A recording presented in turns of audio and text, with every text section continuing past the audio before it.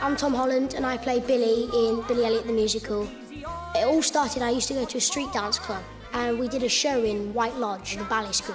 And the headmaster, he spotted me. He was like, we want you to audition for Billy Elliot, and I was like, oh, fair dues. I love that.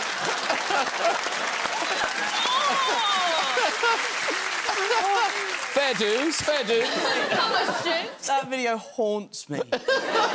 This is you as a little boy. But what I love in this is you're so relaxed and you're so cool. This is you discussing being seen for the role of Billy Elliot. Yeah, here we go. Great.